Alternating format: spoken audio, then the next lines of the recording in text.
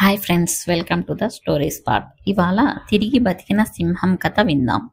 నలుగురు బ్రాహ్మణ మిత్రులు ఉండేవారు. వారిలో ముగ్గురు సమస్త శాస్త్రాలు తెలిసిన వారే, కానీ వారికి లోక జ్ఞానం లేదు.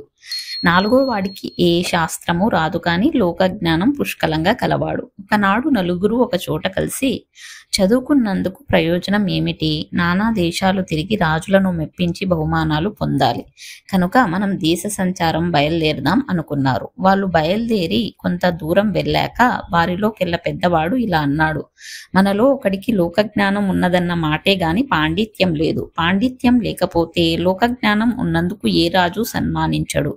మిగిలిన ముగ్గురు సంపాదించుకునే బహుమానాల నుంచి వాడికి వాటా రాదు కూడా. అందుచేత వాడు ఇంటికి తిరిగిపోవచ్చు. రెండో పండితుడు లోకజ్ఞానితో, నువ్వు పండితుడివి కావు, తిరిగిపో అన్నాడు. కానీ మూడో పండితుడు, మనం వాణ్ణి ఇంటికి తిరిగి వెళ్ళమంటాం అన్యాయం. మనం నలుగురం బాల్యం నుంచి కలిసి ఆడుకున్నాం. వీణ్ణి మన వెంట రానిచ్చి మన సంపాదనలో ఒక వంతు ఇద్దాం అన్నాడు. అందుకు మొదటి ఇద్దరు సరేనన్నారు. నలుగురు ప్రయాణం కొనసాగించారు. కొంతకాలానికి వారు అరణ్యం చేరుకొని అక్కడ చచ్చిన సింహం ఎముకలు చూశారు.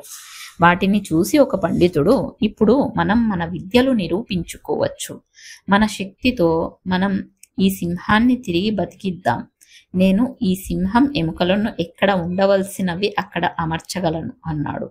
నేను సింహం చర్మము, కండరాలు, రక్తం సృష్టించగలను అన్నాడు రెండో పండితుడు. మీరిద్దరూ అలా చేసే మాటైతే నేను సింహానికి ప్రాణం పొయ్యగలను అన్నాడు మూడో పండితుడు. అన్నట్టుగానే ఒకడు సింహం అస్థిపంజరం కూర్చి, రెండో వాడు దానికి చర్మము, మాంసము, రక్తము కలిగించి మూడో వాడు ప్రాణం పోయబోతుండగా నాలుగో వాడు, ఇది సింహం, దీనికి ప్రాణం వస్తే ఇది మన అందరినీ చంపేస్తుంది, అందుచేత ప్రాణం పొయ్యవద్దు అన్నాడు. దానికి మూడో వాడు, మూడురా, మిగిలిన ఇద్దరు వాళ్ళ తెలివితేటలు రుజువు చేసుకున్న తర్వాత నన్ను నా శక్తి చూపడం మానుకోమంటావా అన్నాడు.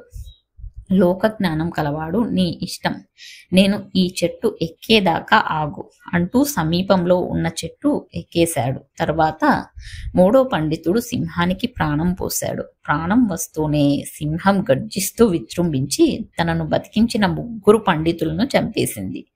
సింహం వెళ్ళిపోయినాక లోకజ్ఞాని చెట్టు దిగి క్షేమంగా ఇల్లు చేరాడు.